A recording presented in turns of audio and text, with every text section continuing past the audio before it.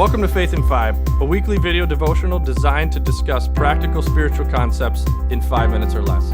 I'm your host, Mark Vandella. A few weeks ago, I was leading a leadership training class that was all about communication, and one of the tools we use in that communication class is DISC. And DISC is a behavior style assessment that really weighs a couple of things, like your preference towards people or task, your preference towards speed or slow pace of life, your preference for indirect or direct.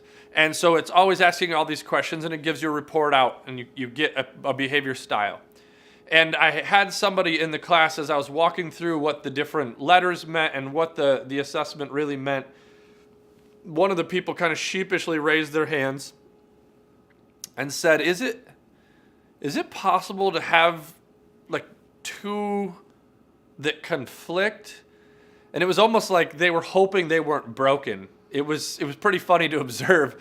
They were feeling like, okay, why do I feel like there's always this tug and pull? And this person admitted that I have a tug and pull between people and space.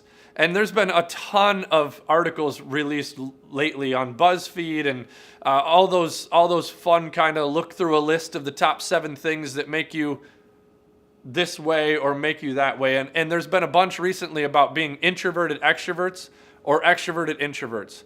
And because for so long we thought that you had to be one or the other, or that everybody was, not that you had to be, but it was either or.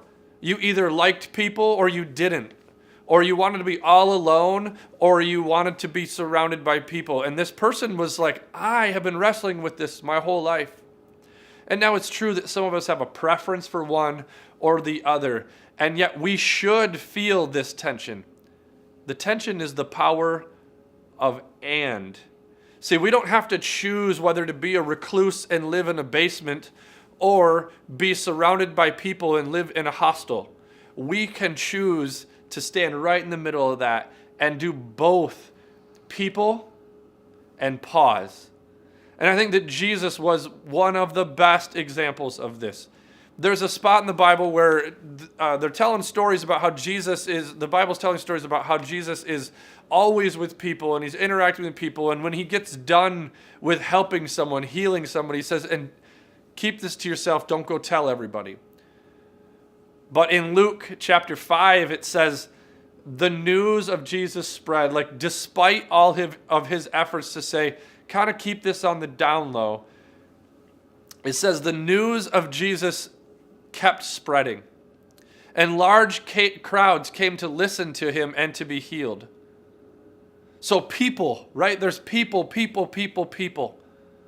And then the very next sentence is, but Jesus would often go to some place where he could be alone and pray.